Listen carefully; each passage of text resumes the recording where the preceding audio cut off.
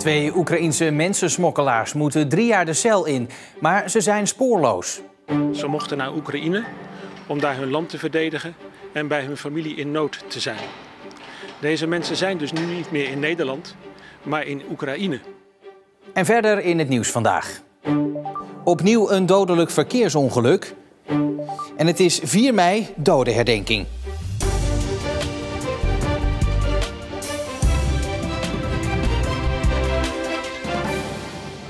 Goedenavond. Niemand weet precies waar ze zijn, maar vermoedelijk zijn de 2 Oekraïense mensensmokkelaars aan het vechten tegen Rusland. Toch werden ze vandaag in Middelburg bij verstek veroordeeld tot 3 jaar cel voor een smokkelpoging van 11 Albanezen vanuit Kamperland.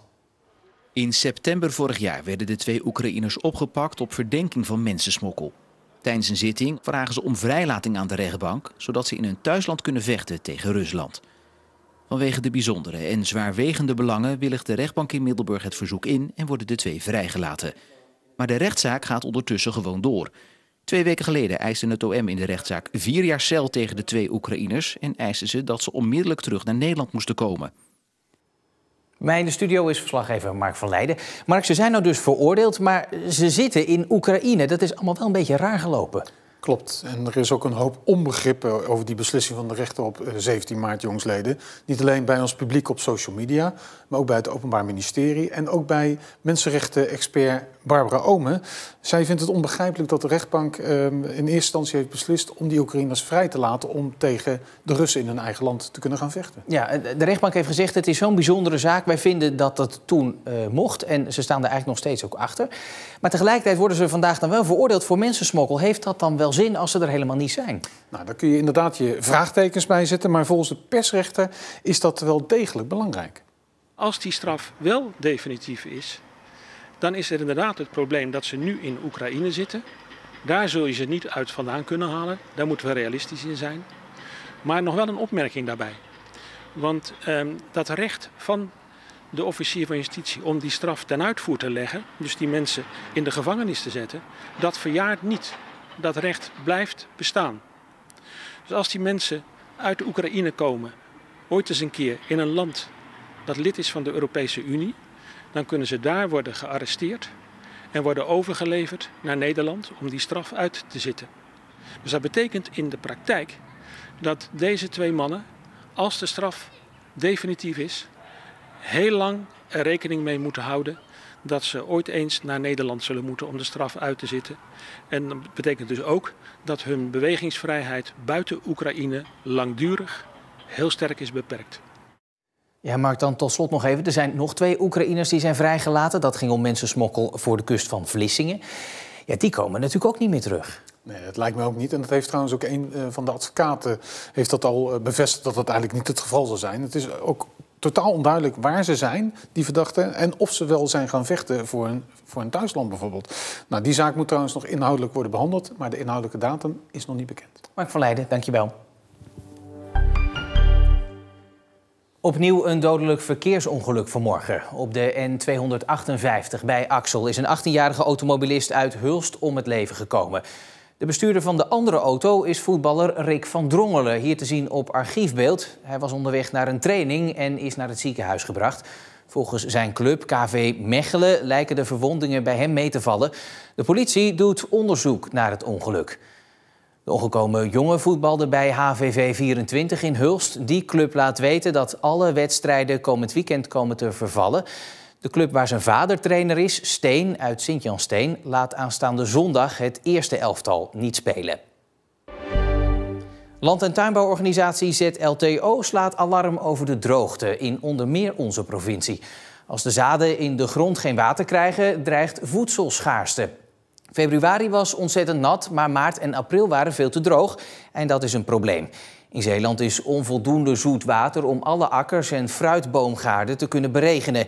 Iets waar de ZLTO al jaren aandacht voor vraagt. Het Openbaar Ministerie en de politie zijn op zoek naar een voortvluchtige man die mede verdacht wordt van de moord op Onur Baglan op het sportpark Het Schengen in Goes. De andere verdachte, een 24-jarige man uit Middelburg, moest vandaag voor het eerst voor de rechter komen. En volgens zijn advocaat had de voortvluchtige medeverdachte juist een conflict met Baglan en niet zijn cliënt. Het conflict zou gaan over het verspreiden van foto's van vrouwen. Het slachtoffer overleed eind januari door schoten in zijn rug en hals. De Pride-fototentoonstelling in Vlissingen is afgelopen nacht beklad. De tentoonstelling maakt onderdeel uit van het Bevrijdingsfestival en laat foto's zien van mensen uit de LHBTIQ+-gemeenschap. De foto's met blote en zoenende mannen waren het doelwit. Belachelijk dat dat anno 2022 kan in Vlissingen.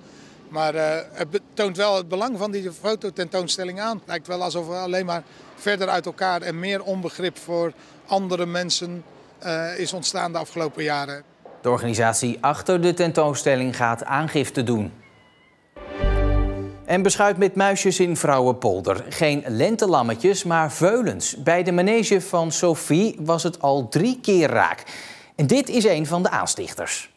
We zijn eigenlijk vorig jaar of het jaar daarvoor een beetje ermee begonnen. Dat we dachten, vind het eigenlijk wel heel erg leuk om ons bedrijf een klein beetje uit te breiden. En ook daar zelf dus veuletjes aan toe te voegen. En toen hebben we vorig jaar zelf dan Mojito, dus de goedgekeurde dekking, hebben we zelf aangeschaft. En dat bleek al meteen succes te hebben. Ik ben dan toch altijd wel vol trots eigenlijk als ik er zo naar kijk. En niet alleen mijn veuletjes, maar ook mijn andere paarden. Ik zie ze zo lekker lopen, lekker genieten, vooral in de wei en met elkaar. Ik bedoel, een mooier gezicht is er niet, denk ik. En over een maand wordt er nog een veulen verwacht. Vanavond is heel Zeeland 2 minuten stil vanwege de dodenherdenking. Voor het eerst sinds 2 jaar zal er weer publiek aanwezig zijn bij de herdenkingen in onze provincie. En eentje daarvan is in Vlissingen op de Noorderbegraafplaats. Daar is ook verslaggever Remy Oppeneer. Remy, wat gaat er daar vanavond precies gebeuren?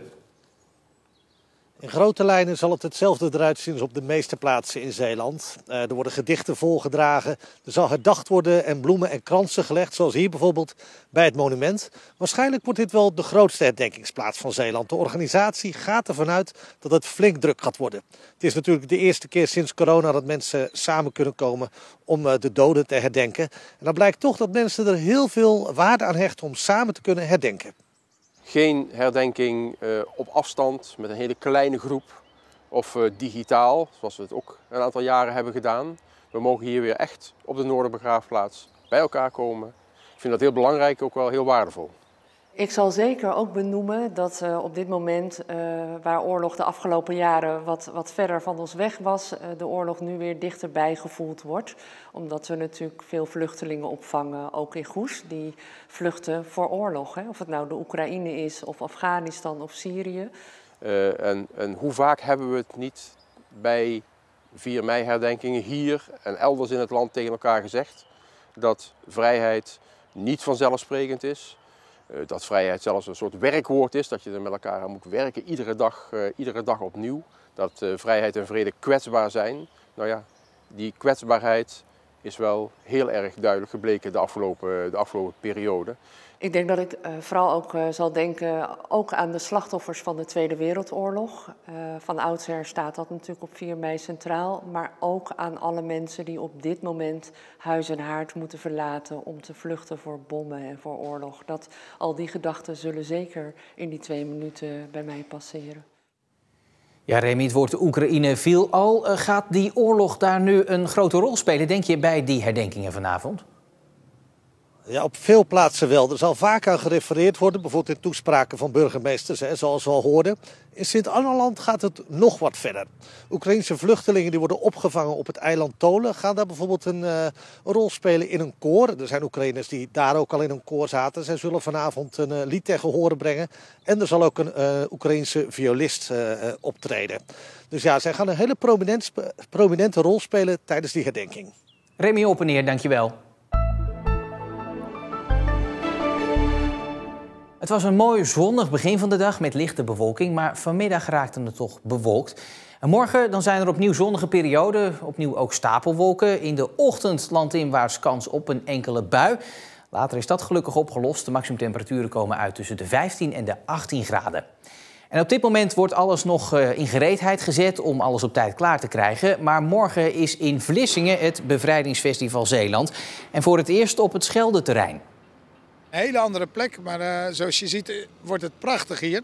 En ik denk dat we een heel mooi festivalterrein op deze manier samen hebben. Bij Omroep Zeeland is dat uitgebreid te volgen op radio en televisie met een live uitzending vanuit Vlissingen. En ook op onze website is de hele dag een live blog te volgen. Dat allemaal morgen. Voor nu wens ik u nog een goede avond.